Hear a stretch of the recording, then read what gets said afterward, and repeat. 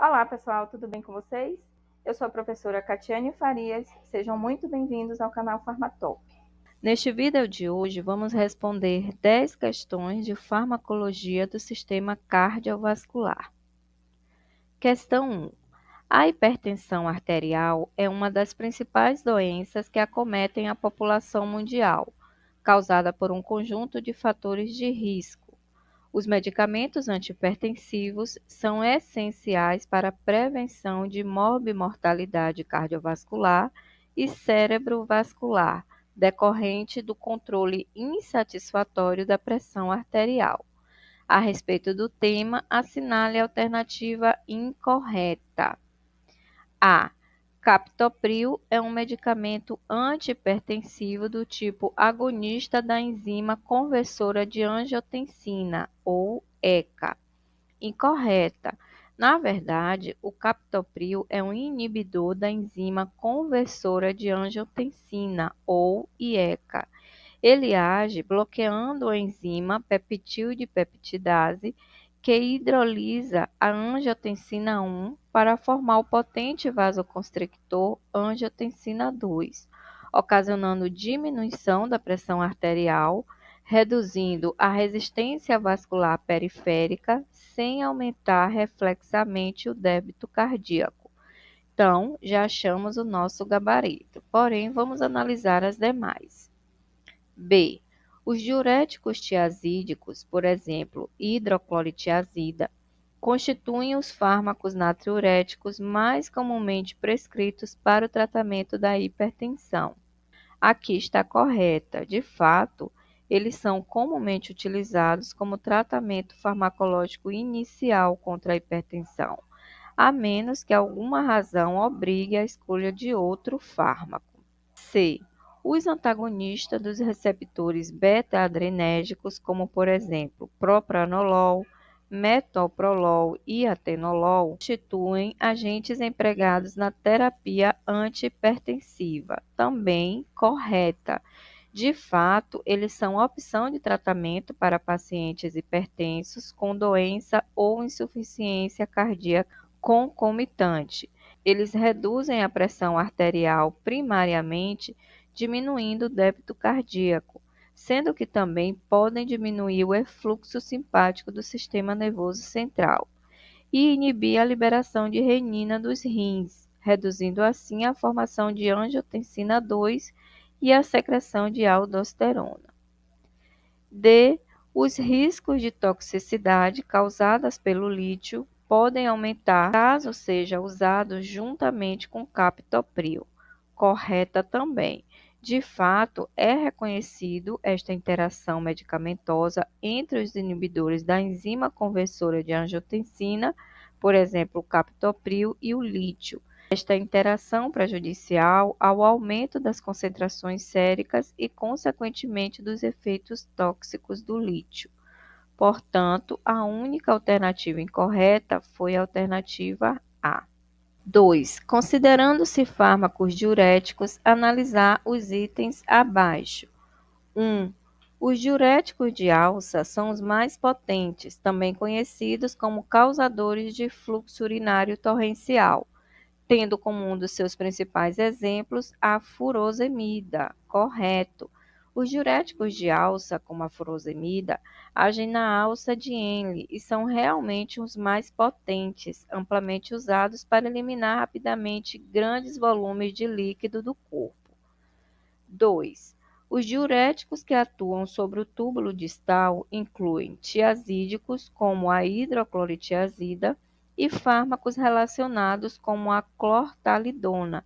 Também correto. Os diuréticos tiazídicos agem no túbulo distal do néfron e são eficazes para o tratamento de hipertensão e edemas leves a moderados. 3. A espironolactona tem ação diurética muito limitada quando utilizada isoladamente, contudo, apresenta acentuados efeitos antihipertensivos. Correto também. A espironolactona é um diurético poupador de potássio, que quando usado sozinho tem efeito diurético menos pronunciado, mas é útil para o tratamento de hipertensão e insuficiência cardíacas, especialmente devido à sua capacidade de bloquear a ação da aldosterona. Assim, todas as afirmações representadas estão corretas, portanto, gabarito é a alternativa D. Terceira questão é da banca Concesp. Assinale a alternativa que apresenta o fármaco com mecanismo de ação correspondente à inibição da HMG-CoA redutase, sendo esta uma etapa enzimática limitante na síntese do colesterol. A. Fenofibrato, que pertence à classe das estatinas. Incorreta. O fenofibrato não é uma estatina. Ele pertence à classe dos fibratos, que agem principalmente aumentando a oxidação de ácidos graxos e reduzindo os níveis de triglicerídeos, mas não atuam na HMG-CoA redutase. B. Ezetimiba, que é um fármaco derivado do ácido fíbrico. Não, a ezetimiba também não é um derivado do ácido fíbrico. Ela atua inibindo a absorção de colesterol no intestino delgado e não interfere diretamente na HMG-CoA redutase. C. Os derivados de óleo de peixe. Bem, os derivados de óleo de peixe são ricos em ácidos graxos ômega 3 e são utilizados principalmente para reduzir os níveis de triglicerídeos no sangue. Então, incorreta também. E D, a atorvastatina, que pertence às estatinas. Sim, aqui está correto. As estatinas, como a atorvastatina, agem inibindo a enzima HMG-CoA redutase por uma das etapas iniciais e limitantes na biossíntese do colesterol no fígado. Ao inibir essa enzima, as estatinas reduzem a produção de colesterol, resultando em um aumento na captação de LDL, o chamado colesterol ruim, pelo fígado, graças ao aumento de receptores de LDL na superfície das células hepáticas. Portanto, gabarito alternativa D. 4. CESP-CEBRASP. Com relação à farmacologia do sistema cardiovascular, julgue o item que se segue. A tosse, provocada pelos inibidores da enzima conversora de angiotensina, deve-se ao acúmulo de bradicinina. Correto. Para entender essa questão, precisamos revisar como funcionam os inibidores da enzima conversora de angiotensina. Esses medicamentos, eles são amplamente utilizados no tratamento da hipertensão e insuficiência cardíaca. Eles agem bloqueando a enzima que converte a angiotensina 1 em angiotensina 2, que é um potente vasoconstrictor. Com essa inibição, ocorre uma redução na vasoconstricção e na retenção de sódio e água, levando à diminuição da pressão arterial. Porém, um efeito colateral bem conhecido dos IECAs é a tosse seca persistente. E esse sintoma ele ocorre devido ao acúmulo da bradicinina, pois quando a enzima conversora de angiotensina é inibida, além de impedir a formação de angiotensina 2, há também uma diminuição na degradação da bradicinina. E aí o acúmulo dessa substância nos pulmões é o que contribui para a tosse. 5. Banca Instituto Mais. Assinale a alternativa correta que apresenta os efeitos adversos mais comuns dos medicamentos inibidores da enzima conversora de angiotensina. A. Hipotensão, tosse e proteinúria. Correto. A hipotensão ele é um efeito esperado, especialmente após a primeira dose, devido à redução da resistência vascular sistêmica. A tosse seca, como já falamos, é um dos efeitos colaterais mais característicos do IECA e está relacionada ao cúmulo de bradicinina nos pulmões. Já a proteinúria, embora menos comum, pode ocorrer em alguns pacientes, especialmente aqueles com doença renal pré-existentes. B. Miosite grave, a rabdomiólise e angioedema. Bem, embora o angioedema seja um efeito colateral mais raro do IECA, a rabdomiólise não está associada a esses medicamentos. Ele é mais frequente associado a estatinas, que são medicamentos para o controle do colesterol. C. Mielossupressão, náuseas e rashes. Não, a mielossupressão não é um efeito adverso típico dos IECAs. Náuseas e erupções cutâneas podem ocorrer, mas são menos comuns do que os efeitos listados na alternativa A. D. Distúrbios gastrointestinais, mal-estar e cefaleia.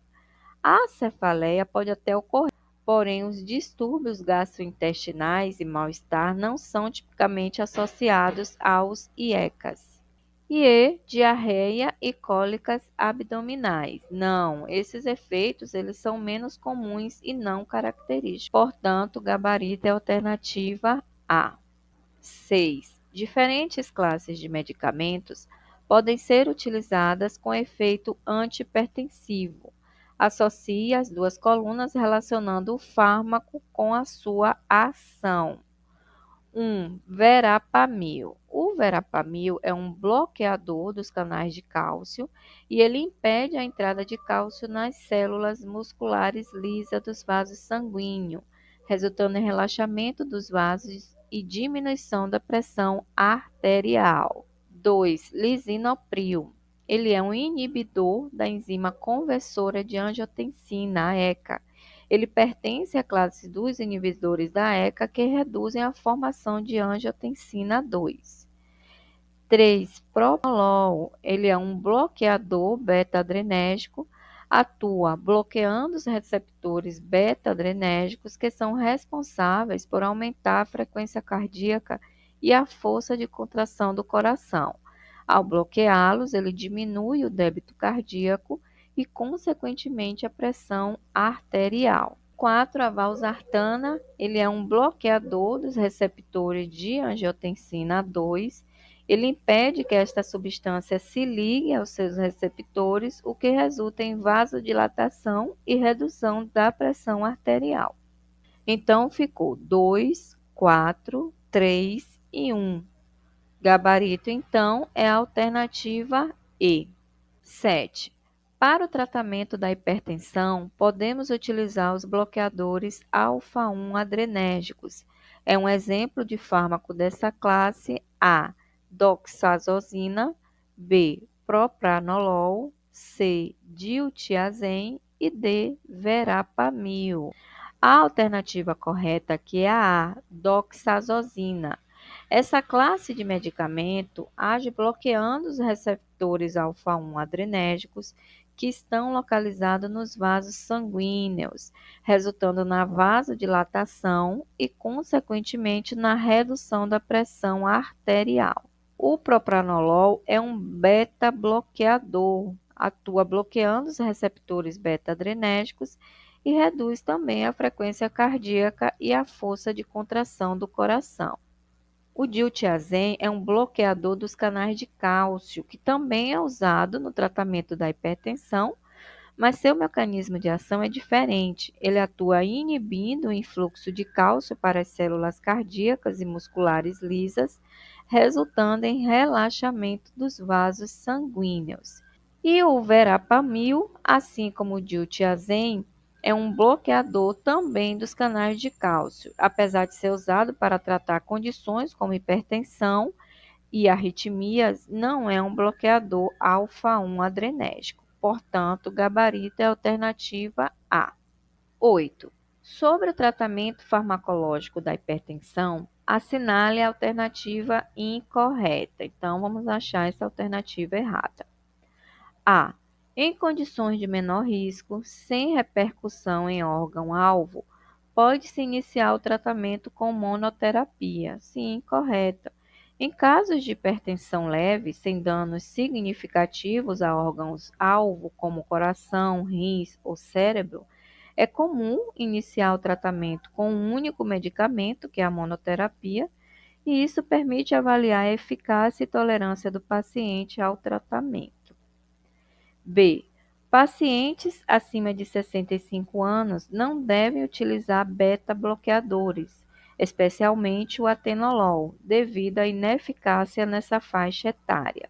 Também está correta. Beta-bloqueadores, como o atenolol, têm menos eficácia em idosos para o tratamento da hipertensão, pois geralmente são mais indicados quando há comorbidades específicas, como doenças cardíacas. C. Bloqueadores de canal de cálcio devem ser evitados na presença de insuficiência cardíaca. Isso mesmo. Alguns bloqueadores de canais de cálcio, principalmente os não dihidropiridínicos, devem ser usados com cautela em pacientes com insuficiência cardíaca, pois podem agravar esta condição. E D. Um efeito adverso comum dos inibidores da enzima conversora da angiotensina, ou IECAS, é o angioedema. Incorreta. Embora o angioedema possa ocorrer com o uso de IECAS, ele não é classificado como efeito adverso comum.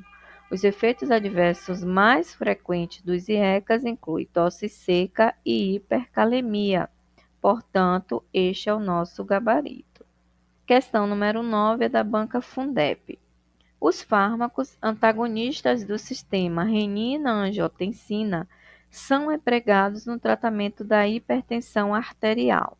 São antagonistas do sistema renina-angiotensina, incluídos na Relação Nacional de Medicamentos Essenciais e no componente básico da assistência farmacêutica, exceto, vamos ver, A. Captopril, B. Enalapril, C. Losartana e D. Minoxidil. A alternativa aqui que está incorreta é a D, o minoxidil. Ele não é um antagonista do sistema renina-angiotensina. Em vez disso, ele atua como um vasodilatador direto. É utilizado principalmente no tratamento da alopécia, que é a queda de cabelo, e em casos específicos para a hipertensão grave, mas por um mecanismo diferente dos antagonistas do sistema renina-angiotensina. E a última questão, uma paciente de 56 anos de idade recentemente desenvolveu hipertensão essencial e vem recebendo cloritiazida a fim de baixar a pressão sanguínea. Portanto, qual dos íons a seguir não deverá estar aumentado na urina? Bem, os diuréticos tiazídicos, como a cloritiazida, agem nos túbulos contorcidos distais dos néfros renais. Eles inibem a reabsorção de sódio e cloro, levando a uma maior excreção desses íons na urina. Isso resulta em um efeito diurético, auxiliando na redução da pressão arterial. Porém, com o aumento da excreção de sódio e cloro, ocorre uma compensação por parte do organismo, levando ao aumento da eliminação de potássio e magnésio. No entanto, a reabsorção de cálcio é geralmente aumentada, o que significa que o cálcio não está aumentado na urina. Logo, a alternativa correta é a alternativa E, cálcio.